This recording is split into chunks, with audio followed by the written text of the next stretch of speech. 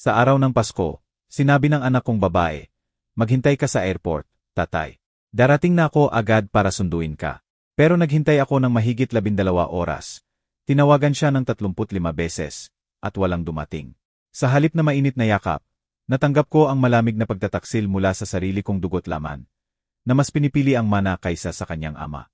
Nang sa wakas ay nakarating ako sa bahay nila sakay ng taxi. Nagulat ako sa nakita ko.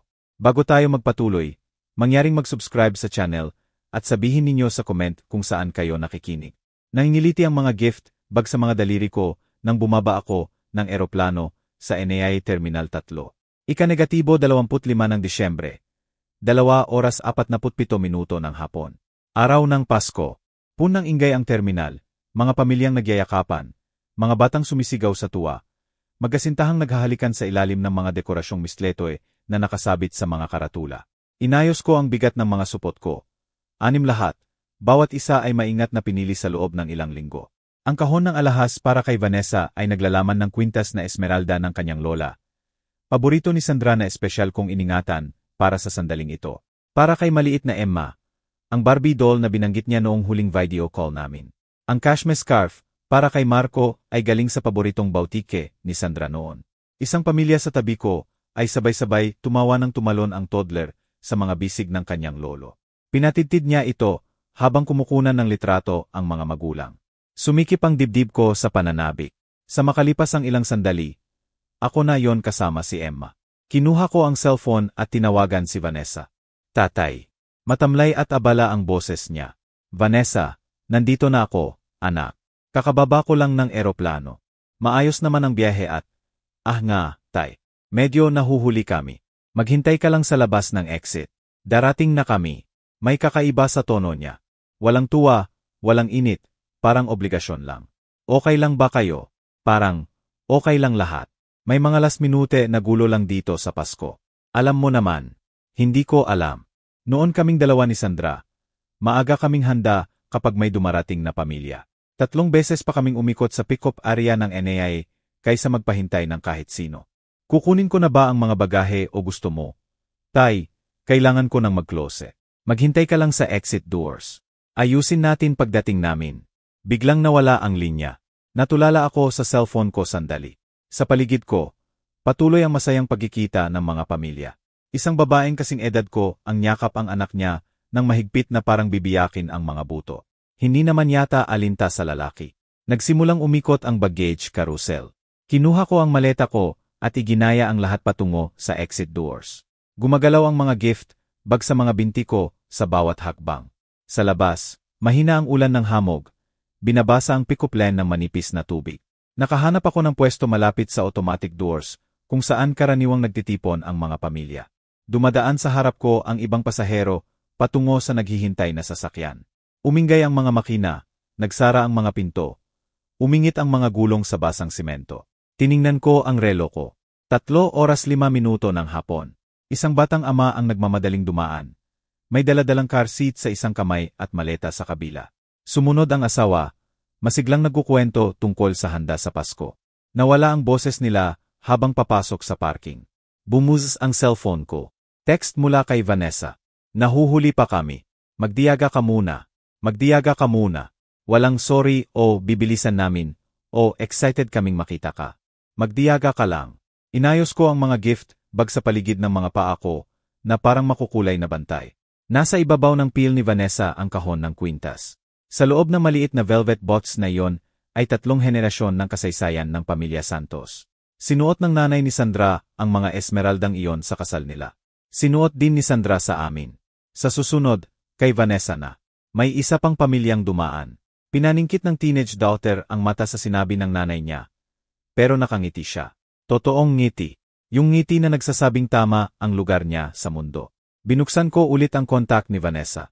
Nakahover ang hinlalaki ko sa pangalan niya. Baka tawagan ko na lang si Marco. Mabilis naman siyang sumasagot palagi. Pero may pumigil sa akin. Sabi ni Vanessa, may Christmas chows sila. Baka nga ay lang ako. Bumukas at nagsara ang automatic doors habang dumarating at umaalis ang mga tao. Tuwing tumitingin ako, puno ng pag-asa. Tuwing dumadaan ang mga estranghero, walang pakialam. 3:15 na. Inilipat ko ang bigat ko sa kabilang paa. Ang excitement ko nang bumaba ako ng eroplano ay unti-unting nagiging iba. Parang suot na sweater na lumiit sa labahan. Kasya pa, pero hindi na tama. May security guard na dumaan, tumango sa akin. Tumango ako pabalik at tiningnan ulit ang cellphone. Walang bagong message, walang missed call. Tanging lock screen picture ko lang kay Emma noong isang Pasko. Nakangiti siya ng walang ngipin sa harap sa ilalim ng lumang puno ng Pasko namin. Iba ang puno ng Pasko nila ngayon. Nagpadala si Vanessa ng pictures ng bagong bahay nila. Puti at pilak lahat ng dekorasyon. Perpektong koordinado. Parang propesyonal. Hindi katulad ng magulo pero puno ng kwento na gawa-gawa naming dekorasyon noon ni Sandra. Pero ayos lang. Nagbabago ang tao, lumalaki, gumagawa ng sariling tradisyon. Sana lang mas masaya, pakinggan si Vanessa nang tawagan ko siya.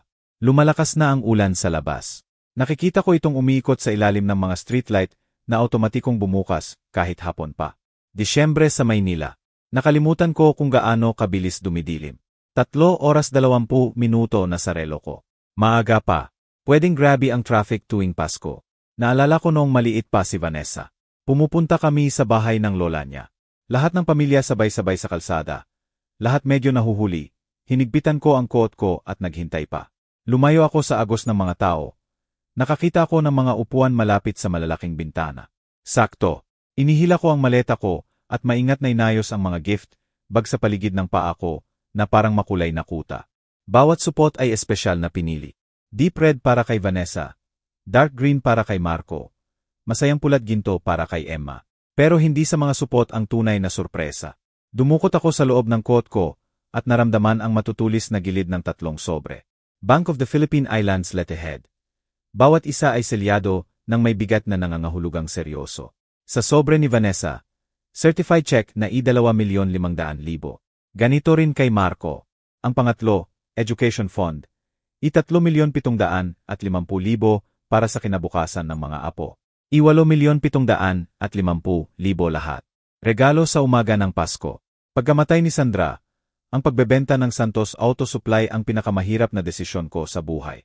30 taon ko itong itinayo mula isang maliit na garahe hanggang 12 branches sa buong Metro Manila at kalapit probinsya. Pero bumalik sa mga pasilyo na walang tawa ni Sandra mula sa opisina. Nakikita ang mga empleyado na naalala pa noong nagdadala siya ng bibingka tuwing Biyernes, naging hindi na matiis. Ang 140 milyon mula sa pagbebenta ang nagbigay sa akin ng pagpipilian. Mga conservative investment, financial security, at pinakamahalaga, ang kakayahang ipakita sa pamilya ko kung gaano ko sila kamahal. Kinuha ko ang sobre ni Vanessa at pinadaanan ng hinlalaki ang selyo. I2.5 milyon, mga buwan ng maingat na pagpaplano. Hindi ganoon kalaki para maging pabigat o maging dahilan ng dependency. Pero sapat para makatulong ng malaki. Baka makapag-quit na siya sa pag-aalala sa buwan ng gastusin. Baka makapag-Europe na sila ni Marco na matagal na nilang pinapangarap. May mag-asawang dumaan, may daladalang baby career ang babae, habang ang lalaki ay may 2 toddler at diaper bag. Gumagalaw sila sa paraang ng enerhiya ng mga bagong magulang na nahihirapan sa biyahe tuwing Pasko. Naalala ko noong mga panahong iyon. Si Vanessa, 18 months old, sumisigaw sa buong eroplano habang kami ni Sandra ay nagpapalitan sa paglalakad sa ASL. Ngayon, si Vanessa na ang magulang, ang responsible adult, ang nahihirapan sa Christmas chows at nahuhuli dahil kapag may anak, wala talagang sumusunod sa plano. Tiningnan ko ulit ang relo. 3:35 ng hapon. Makatuwiran pa. Ang education fund talaga ang ideya ni Sandra. Binanggit niya noong isa sa mga huling usapan namin bago tuluyang nawala ang boses niya dahil sa cancer. Pangako. Tiyak na makakapagkolehiyo si Emma at ang iba pang apo. Mahal na ang college. Hinawakan ko ang kamay niya at nangako. Natupad ko ang pangakong iyon at higit pa. Habang lumalalim ang pagkakaupo ko sa upuan, inayos ko ang mga gift bag ayon sa tatangga. Ang deep red na supot ni Vanessa ay naglalaman ng kwintas na esmeralda ng lola niya. 3 henerasyon ng babaeng Santos ang nagsuot ng batong iyon. Ngayon, dadalhin na ito ni Vanessa. Ikokonek ka siya sa legacy ng mga malalakas na babae na nagtayo ng makabuluhan. Bumuz ang cellphone ko. Ibang pasahero ang tumatawag. Naririnig ang boses sa waiting area. Na-traffic kami, pero darating na kami. Promise. Darating na. Iyon din ang sinabi ni Vanessa. Soon. Inayos ko ang gift bag para hindi madurog ang ribbons at sumandal para panoorin ang walang tigil na pagkikita ng mga pamilya malapit sa exit doors. Bawat yakap ay nagpapaalala sa akin kung bakit sulit ang paghihintay. Higit pa sa pera ang mga check sa bulsa ko. Patunay iyon ng pag-ibig ng isang ama. Maingat na pinlano at eksaktong isinagawa. Kapag nakita ni Vanessa ang I-2.5 milyon, mamamangha siya katulad noong 7 taong gulang siya at nakita ang bagong bisikleta sa ilalim ng puno ng Pasko. Kapag nalaman ni Marco na isinama ko siya ng pantay-pantay, lalong lalim ang respeto niya sa akin. At kapag ipinaliwanag ko ang education fund, maiintindihan nilang dalawa na hindi lang para sa ngayon ang iniisip ko. Namumuhunan ako sa kinabukasan ng mga anak nila. Sulit ang bawat minutong paghihintay. Pagsapit ng 4 oras 30 minuto, hindi na komportable ang upuan. Sumakit na ang likod ko sa pagkakaupo. At parang lalong nabibigatan ang mga gift bag sa bawat galaw ko. Ang mga pinto sa entrance ay nagsasara't bumubukas ng mekanikal. Nagdadala ng malamig na hangin tuwing Disyembre na tumatagos sa wool coat ko. Tiningnan ko ang relo. 4 oras 47 minuto na. Oras na para humanap ng mas mainit na lugar. Strategic na ang paggarga ng mga gamit ko ngayon. Maleta sa kanang kamay. 3 gift bag nakasabit sa kaliwang braso. Ang iba pang supot ay hawak sa kaliwang kamao. Nag-shuffle ako papunta sa main terminal. Malayo sa mga mapanganib na pinto na naglalabas ng malamig na hangin sa bawat pagbukas. May coffee shop malapit sa may waiting area na mukhang medyo comfortable ang maliit na mesa at upuan. Inayos ko ang makulay kong kuta ng gift bag sa paligid ng mga paa ng mesa at nag-order ng malaking kapeng mainit sa pagod na barista na nagsabing, "Merry Christmas," ng parang script. 5 oras 15 minuto na. Pinainit ng kape ang mga kamay ko, pero hindi pa rin maalis ang lamig sa katawan ko. May mga purpose ang ibang pasahero na dumadaan sa mesa ko. Pamilya papunta sa gate. Magjowa nagyayakapan pagkatapos masundo. Business traveler na nagche-check ng phone habang mabilis na naglalakad. Lahat maliban sa akin ay parang alam kung saan pupunta at kailan darating. Kinuha ko ang cellphone at tinitigan ang kontak ni Vanessa. Walang missed call, walang bagong text mula noong, "Magdiyaga ka muna, ilang oras na ang nakalipas." Hindi naman ganoon kagrabe ang traffic. Hindi sa loob ng 3 oras. Pagsapit ng 6 oras, gutom na ako. Bumili ako ng sandwich na mahal sa coffee shop at kinain ng parang robot habang nakatingin sa entrance sa labas ng bintana. Tuwing may lumalapit na pamilya, bumibilis ang tibok ng puso ko.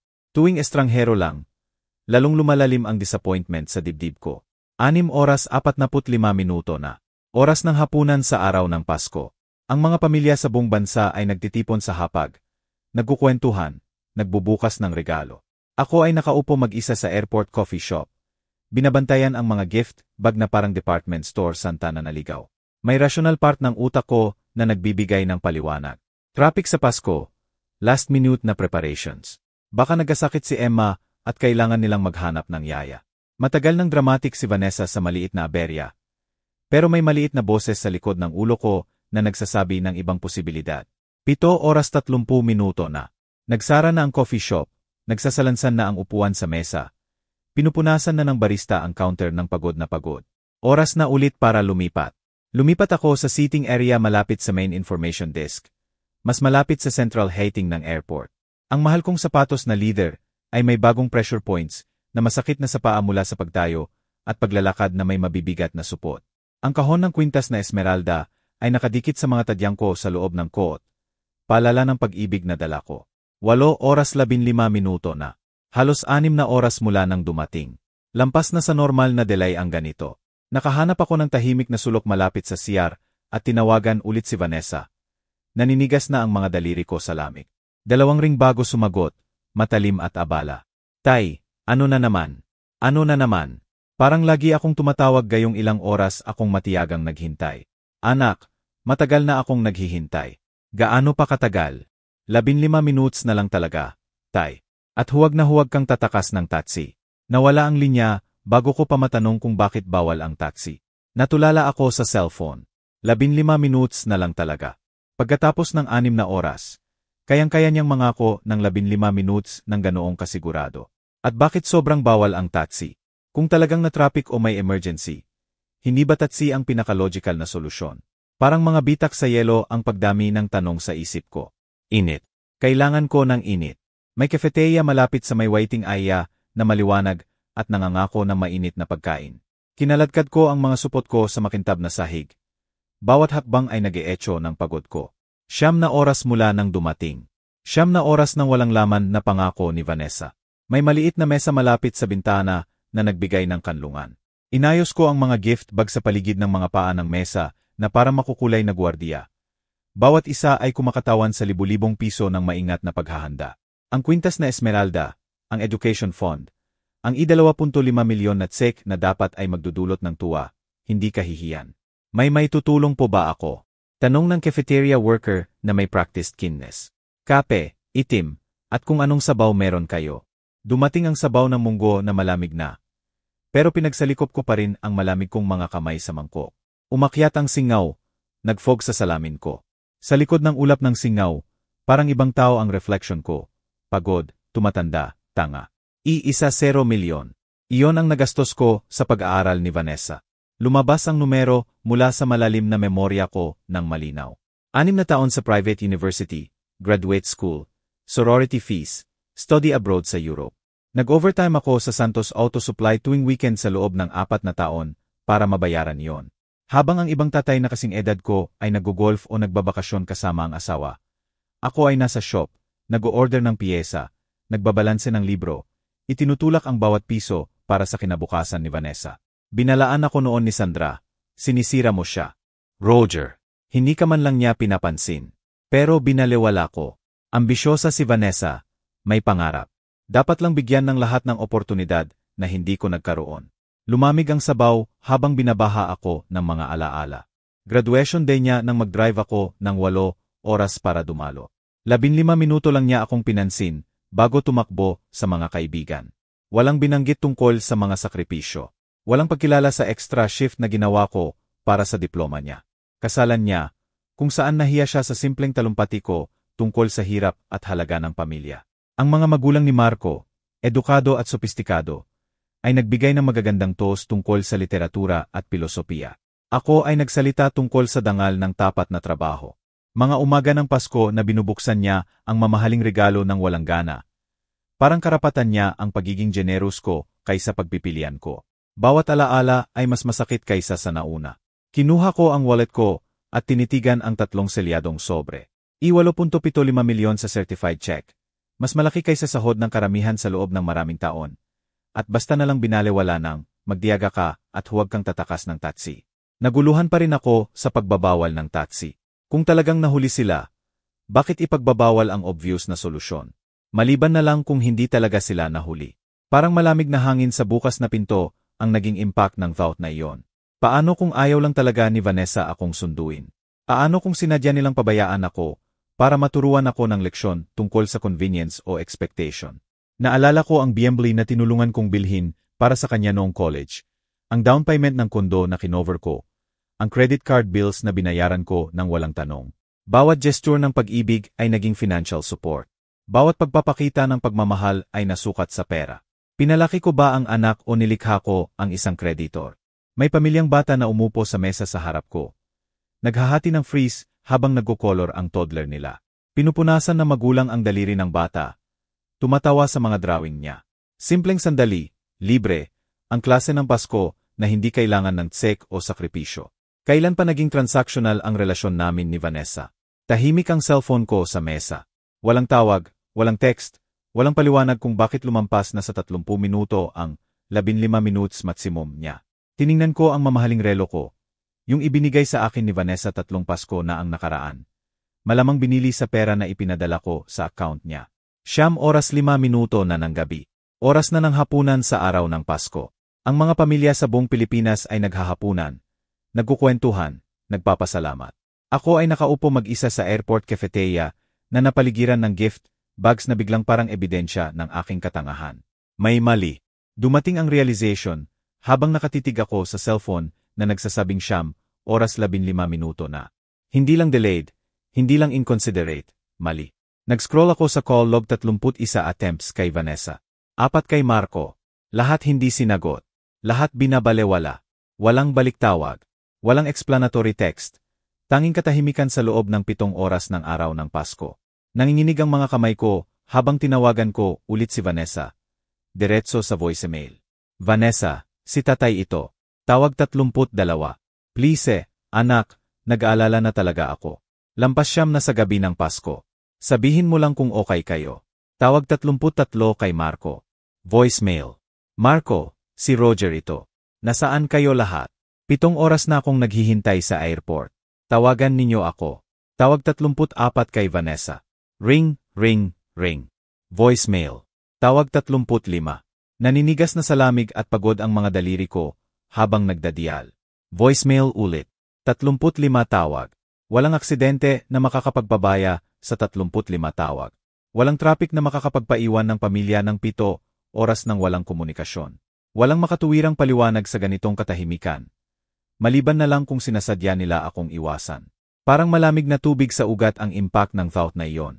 Itinulak ko ito agad. Hindi, maaring makasarili at walang utang na loob si Vanessa. Pero hindi siya magiging malupit. Hindi ganoon kalupit. Pero paano kung may nangyari? Paano kung nasa hospital sila, nasaktan, hindi makatawag? Paano kung may sakit si Emma at masyado silang busi sa pag-aalaga para sumagot ng telepono? Kinuha ko ang mga gift bag ko nang nanginginig ang mga kamay. Oras na para kumilos. Oras na para alamin kung ano talaga ang nangyayari. Buhay na buhay ang main exit area sa gabi. Mga pasahero mula sa delayed flights. Mga pamilya na natatapos ang Christmas reunion. Taxi drivers na may hawak na karatula. Naghihintay ng pasahero. Nakahanap ako ng ride pickup zone at kinuha ulit ang cellphone. Grabcar. Sumagot ang dispatcher ng mabilis. Kailangan ko po ng sasakyan papuntang Ayala, Alabang from NAI Terminal 3. Matatag ang boses ko kaysa nararamdaman ko. Door 507 South po. Address sa Alabang. Binigay ko ang address ni Vanessa. Ang bahay na tinulungan kong mabayaran ang down payment. Isa pang ₱1 milyon na ibinigay ko nang walang tanong o pasasalamat. Mga ₱3,500 po ang fare. Darating po ang sasakyan sa loob ng 12 minutes. 12 minutes. Pagkatapos ng 7 oras, 12 minutes na lang. Parang wala. Pumwesto ako sa designated pickup spot at tiningnan ulit ang cellphone ko. Walang missed call, walang text, walang paliwanag. 9 oras 25 minuto na ng gabi. Matagal nang tapos ang hapunan sa Pasko. Ang mga pamilya sa buong bansa ay nagpapahinga na, nanonood ng pelikula, naglalaro ng board game, natutulog ang mga bata na napaligiran ng pinunit na wrapping paper at bagong laruan. Ako ay nakatayo sa labas ng airport sa lamig ng Disyembre. May dalang gift bags na nagkakahalaga ng millions. Naghihintay ng grab papunta sa bahay kung saan maaring sinasadya akong iwasan ng sarili kong pamilya. Dumating ang silver na Toyota Vios ng eksaktong 9 oras 27 minuto. Ang driver, isang gitnang gulang na lalaki na may mabait na mata. Tinulungan akong ilagay ang mga bag sa tron. Bumibisita tuwing Pasko po. Tanong niya habang naupo ako sa likod. Ganito po. Umalis ang sasakyan mula sa airport pickup area. At pinanood ko ang mga ilaw ng terminal na lumiliit sa rear window. 7 oras na paghihintay. 35 tawag na hindi sinagot. At 8.75 milyon na regalo sa Pasko. Maaring malubha ang problema ng pamilya ko. O malapit ko nang malaman kung gaano ako kaliit sa paningin ng mga taong isinakripisyo ko ang lahat. Pinainit ng hater ng grab ang mukha ko. Pero hindi maabot ang lamig na nanirahan sa dibdib ko. 12 oras, 7 oras na paghihintay, 35 tawag na hindi sinagot. Paulit-ulit ang mga numero sa isip ko, habang nagmamaneho si Mang James sa traffic ng gabi ng Pasko sa Metro Manila. Matagal po kayo naghintay sa airport? Tanong niya, tumingin sa akin sa rearview mirror. 12 oras na naghihintay ng sundo ng pamilya. 12 oras. Tumaas ang kilay niya. Grabe ang Pasko sa airport. Family reunion po. Ganito na nga. Anak ko at asawa niya. Pakiramdam ko ay iba ang mga salita sa bibig ko. Family reunion dapat ay punang tuwa, pananabik, init. Ano ang tawag dito? Sigurado po excited silang makita kayo. Sabi ni Mang James ng may tunay na kabaitan. Tiningnan ko sa labas ang mga bahay na pon ng Christmas lights. Sa likod ng mga nagniningning na bintana, naisip ko ang mga pamilyang nagtitipon sa ilalim ng puno. Nagkukwentuhan, mga lolo't lola na may hawak na natutulog na apo. Normal na pamilya.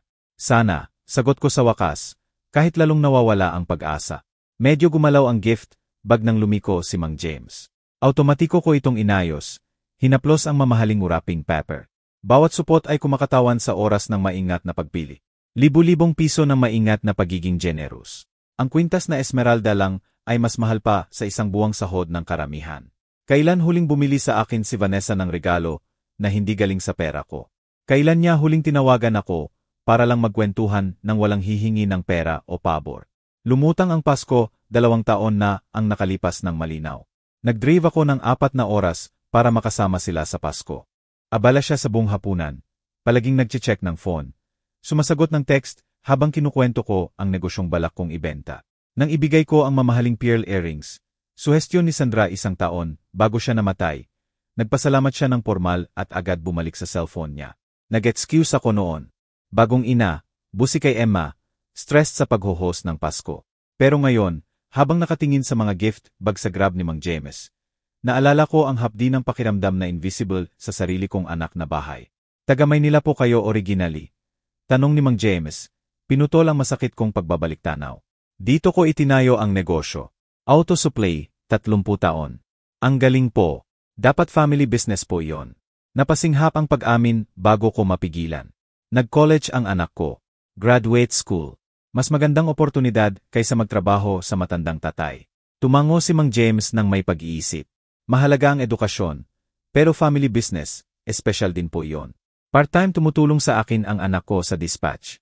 Ang casual niyang pagbanggit sa anak niya, present tense, aktibo, ay nagpapakita ng lahat ng nawawala sa relasyon namin ni Vanessa.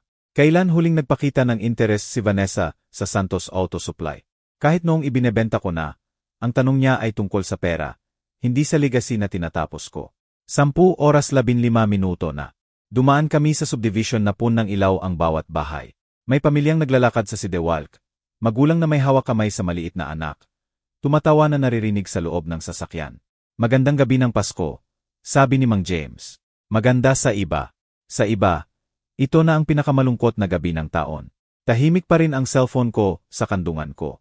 Walang missed call, walang paumanhin na text, walang paliwanag sa 7 oras ng sinadyang katahimikan. Kasi iyon na nga ngayon, di ba? Si Nadia. Hindi aksidente ang 35 tawag na binabalewala. May telepono ang emergency room. Kung may krisis sila, may sasagot. May tatawag pabalik. May magmamalasakit para maibsan ang pag-aalala ng isang ama. Parang mabigat na pamigat ang uncomfortable truth na dumating sa akin. Sinadya akong iwasan ni Vanessa sa araw ng Pasko pagkatapos kong lumipad mula probinsya na may dalang regalo na mas malaki kaysa taunan na kita ng karamihan. Malapit na po, anunsyo ni Mang James nang lumiko kami sa street ni Vanessa. Ano po ang house number? Ibinigay ko ang address. Ang bahay na tinulungan kong mabili sa village na pinagawa ko para sa anak kong hindi man lang makabalik ng tawag ng tatay niya. Huminto si Mang James sa tapat ng gate sa likod ng silver na Mercedes at blue na BMW. 2 sasakyan, paehong gumagana. Mukhang punpo ang bahay, masayang sabi ni Mang James. Sa bintana ng Grab, tinitigan ko ang living room ni Vanessa. Kumikinang ang gintong ilaw sa manicured na damuhan. Sa loob, may mga tao akong nakikitang gumagalaw sa hapagkainan. Tawanan, wine glasses, ang malinaw na init ng family Christmas celebration, nang walang ako. Kuya, 3,600 po. Ibinigay ko kay Mang James ang 4,000 nang nanginginig ang kamay. Keep the change po. Sigurado po kayong ayos lang kayo. Mukha kayong, ayos lang po. Automatiko ang kasinungalingan. Tinulungan ako ni Mang James na ibaba ang mga bag sa tron. 6 na gift bag at isang maleta. Lahat ebidensya ng maingat na paghahanda ng isang ama para sa reunion na hindi talaga plano mangyari.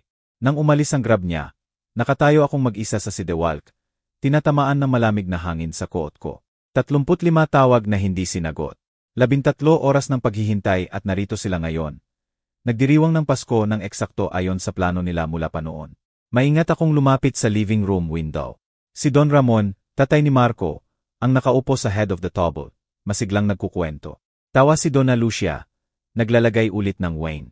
Tumango at ngumiti si Marco. Si Vanessa, anak ko, tatanggap ng 1.0 milyon ko sa pag-aaral. Mukhang lubos na relax, lubos na masaya. Wala ni isa sa kanila ang mukhang alalangin. Wala ni isa ang mukhang naghihintay ng nawawalang pamilya. Nang hina ang mga tuhod ko, ibinaon ko ang pinakamabigat na gift bag at sumandal sa railing ng hagdan.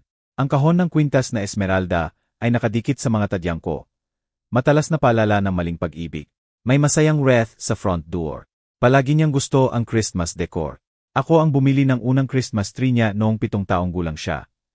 Tinulungan ko siyang maglagay ng ilaw taon-taon, hanggang lumipat siya sa college. Ngayon may maganda siyang bahay, propesyonal ang dekorasyon, at family celebration na espesyal na idinisenyo para ay exclude ang tatay niya.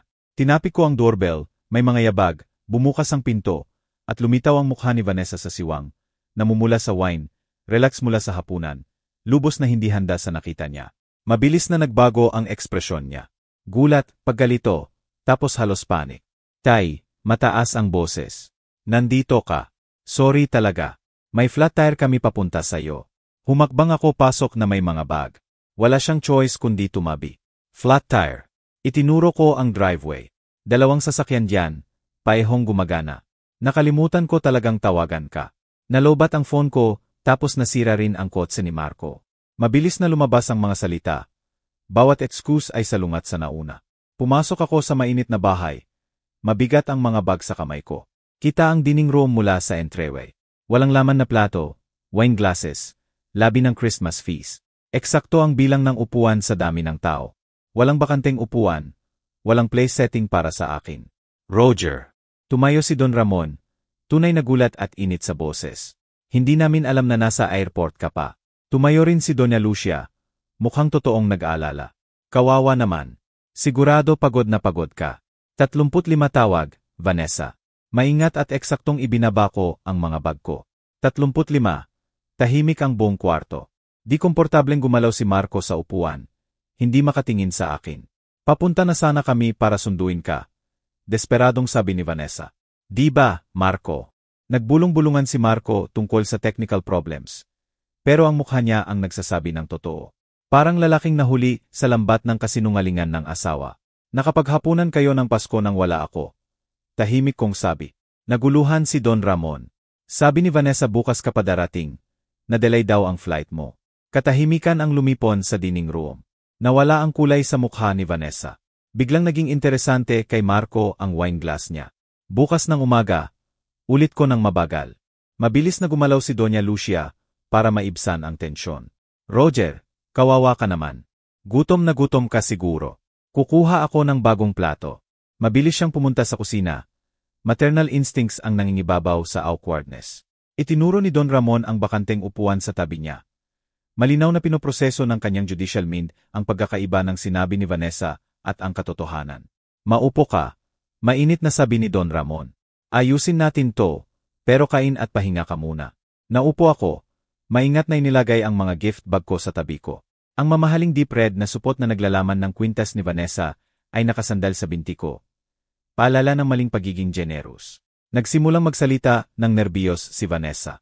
Ayos lang si tatay, di ba, tay? Nagkamali lang ng sasakyan. Alam mo naman ang Pasko sa airport. 35 phone calls. Tahimik kong sabi, pinutol ang daldal niya. Naggalampag ang tinidor ni Marco sa plato.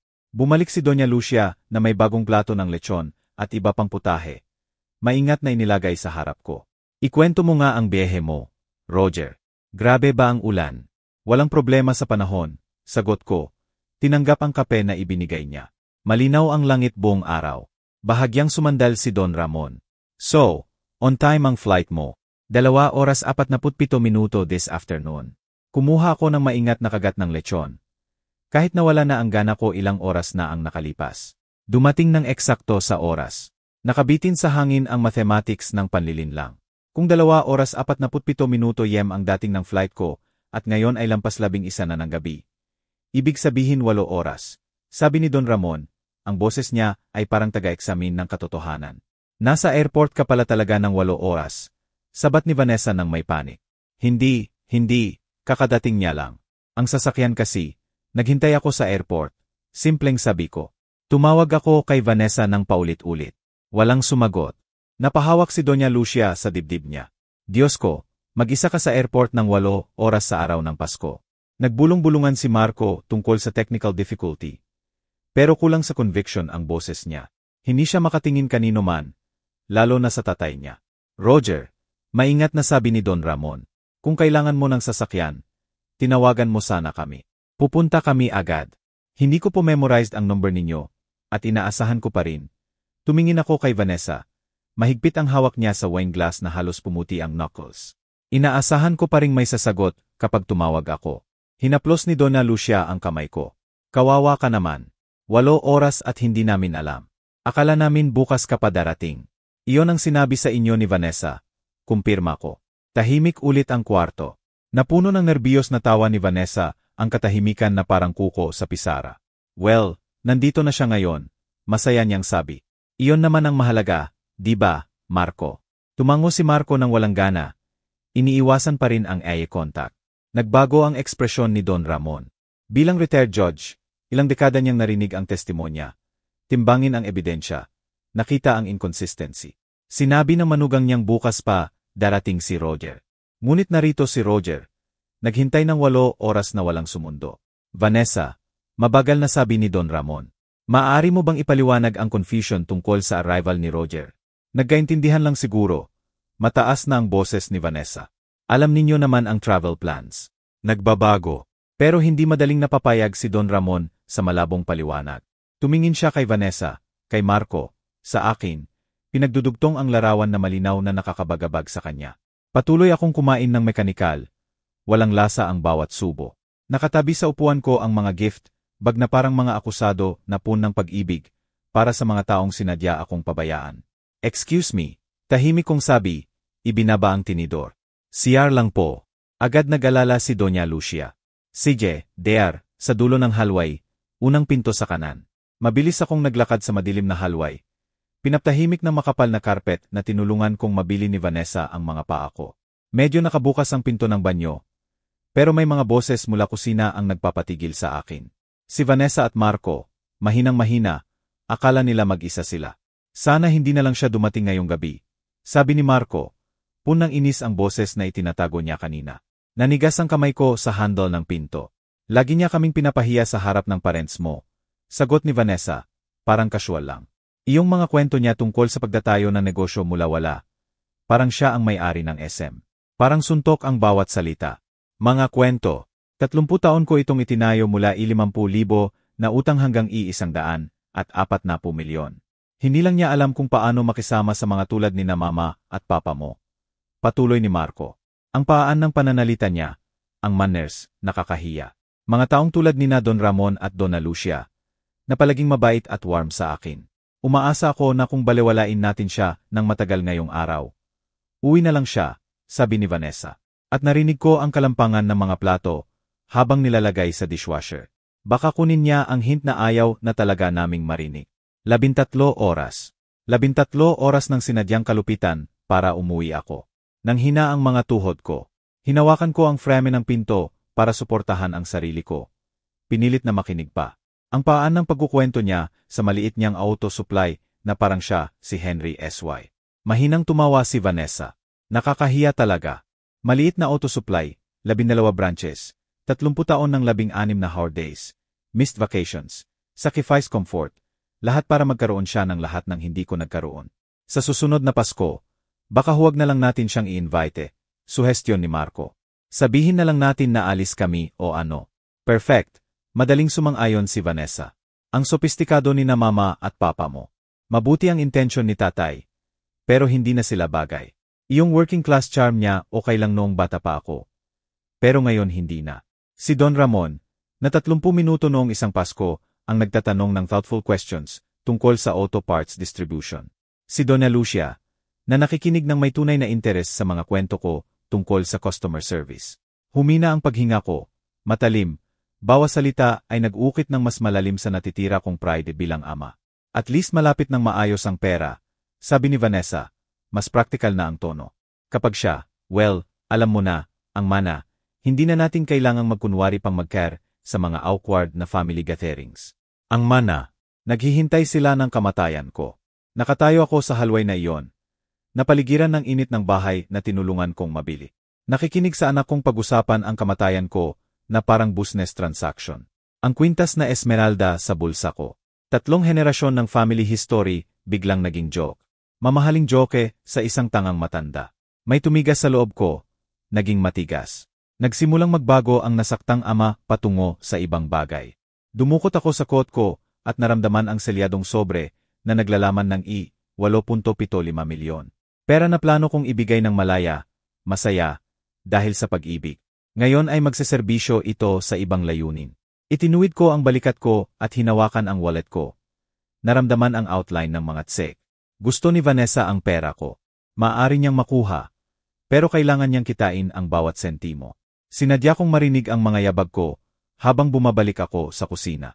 Nandoon pa rin si Vanessa at Marco na naglalagay ng plato sa dishwasher. Normal na usapan na ang boses nila ngayon. Tumingin sila nang pumasok ako. Casual inquiry ang mukha ni Vanessa. Akala niya babalik lang ang tatay niya mula sa banyo. Hindi isang taong sasabog ang consequences. Narinig ko ang bawat salita ninyo. Nadulas ang plato sa kamay ni Vanessa. Mababasag sana kung hindi ito nasalo ni Marco ng reflex. Tay. Maliit at alanganin ang boses ni Vanessa. 13 oras sa airport. Patuloy ko, kontrolado pero tumataas ang boses. 35 tawag na hindi sinagot, at kayo dito. Pinag-usapan kung paano ako nakakahiya sa harap ni na Don Ramon at Donna Lucia. Nawala ang kulay sa mukha ni Vanessa. Umatras si Marco, sumandal sa counter. Tay, hindi mo naiintindihan. Hindi namin sinabi iyan tungkol sa'yo. Mabilis na lumabas ang mga salita ni Vanessa. Hinugot mo sa context. Context. Humakbang ako palapit. Hinaharangan ang daan nila papuntang dining room. Sinabi mo sana, hindi ka na lang dumating ngayong gabi. Tinawag mong nakakahiya ang kwento ng negosyo ko. Plano ninyong huwag na akong i-invite sa Pasko kailanman. Hindi namin sinasadyang masaktan ka. Mas mataas at desperado ang boses ni Vanessa. May flat tire talaga. Itinuro ko ang bintana patungo sa driveway. 2 sasakyan diyan. Parehong gumagana. Parehong pwede sunduin ang tatay niyong naghintay ng 13 oras sa airport sa araw ng Pasko. Nervous na nag-clear ng throat si Marco. Baka hindi namin na ipahayag ng maayos. Matagal na ang araw para sa lahat. Maayos na ipahayag. Dinadala ng boses ko ang 24 taon ng natuklasang disappointment. Tumawa kayo sa maliit kong auto supply. 12 branches, Marco. 30 taon ng 16 na hard days para magkaroon si Vanessa ng lahat ng hindi ko nagkaroon. Ka na, tay, sabi ni Vanessa, pero pumutok ang boses niya. Mahal ka namin. Alam mo iyan. Mahal ako. Mapait ang salita sa bibig ko. Sinabi mo kay Marco na kapag namatay ako at nakuha ninyo ang mana, hindi na ninyo kailangang magkunwari pang magkar sa mga awkward na family gatherings. Tahimik ang kusina. Tanging ang ingay lang ng ref at malayong usapan ni na Don Ramon at Donna Lucia mula sa dining room. Nakatingin sa akin si Vanessa nang malaki ang mata. Paano mo? Nasa halway ka ba? Nakikinig ako sa anak kong pag-usapan ang kamatayan ko na parang business transaction. Nag-shuffle si Marco ng alanganin. Tinitingnan ang lahat maliban sa mukha ko. Mali ang pagkaintindi ni tatay sa ibig naming sabihin. Vanessa, mag-calm down tayong lahat at mag-usap ng matino. Mali ang pagkaintindi. Kinuha ko ang cellphone ko at ipinakita ang call log. Gusto ninyo bang ipaliwanag ko rin kung paano ko naintindihan ng mali ang mga ito? Iba pang approach ang sinubukan ni Vanessa. Pleading na ang boses. Tay, stressed lang kami. Sobrang gulo ng araw na ito. At nagsabi kami ng mga bagay na hindi namin ibig sabihin. Stressed. Pinutol ko siya. Relax na relax kayo, komportable. Pinaplano ang pag-exclude ko sa susunod na Pasko habang nakaupo ako 20 kilometro ang layo. Nag-aalala kung namatay kayo sa aksidente. Lumakas ang boses mula sa dining room. Sigurado nagtataka na sina Don Ramon at Doña Lucia kung ano ang matagal. Mga taong tulad ni na Don Ramon at Donna Lucia. Ulit ko ang eksaktong phrase ni Vanessa. Masyadong sopistikado para sa isang working class na ugali. Iyon ba ang sinabi mo sa kanila kung bakit bukas pa ako darating? Nabukat nagsara ang bibig ni Vanessa nang walang tunog. 24 taon, tahimik kong sabi. 24 taon na naniniwalang pinalaki ko ang anak na mahal ang tatay niya. Ngayong gabi ko natuklasan na pinalaki ko ang isang taong nahihiya sa akin. May mga yabag mula sa dining room. Lumitaw si Don Ramon sa pinto. Kasunod si Doña Lucia. Paihong puno ng pag-aalala ang mukha. Ayos lang ba kayo? Tanong ni Don Ramon. Malinaw na nararamdaman ng kanyang judicial instinct ang tensyon. Narinig namin ang mga boses. Don Ramon, Doña Lucia. Sabi ko, matatag ang boses. Pumasok po kayo. May mga bagay kayong kailangang malaman. Nagpanik na tingin si Vanessa sa akin. Tay, please huwag. Huwag ano? Pinutol ko siya. Huwag sabihin ang totoo. Lumipat kami sa living room. Naupo sina Don Ramon at Doña Lucia sa sofa habang nakatayo pa rin sina Vanessa at Marco. Halatang halata ang discomfort nila. Pumwesto ako malapit sa mga gift bag ko. Ang makukulay na supot ngayon ay may ibang layunin. Don Ramon, Kanina po ninyo tinanong kung na-delay ang flight ko. Sinimulan ko. Pakinggan ninyo kung ano talaga ang nangyari. Sinubukan ni Vanessa na sumabat. Tay, baka pribado na lang natin pag-usapan ito. 13 oras. Patuloy ko, direktang nagsasalita kina Don Ramon at Donna Lucia. 13 oras ako sa NAI Terminal 3 ngayong araw. Tinawagan ko si Vanessa ng 35 beses. Walang sumagot. Napahawak si Doña Lucia sa dibdib niya. 13 oras sa araw ng Pasko. Pero yung problema sa sasakyan, simula ni Don Ramon, tapos tumigil ng maproseso ang timeline. Malinaw na gumagana ang kanyang legal mind sa mga pagkakaiba. Walang problema sa sasakyan. Simpleng sabi ko. 2 gumaganang sasakyan ang nasa garahe buong araw.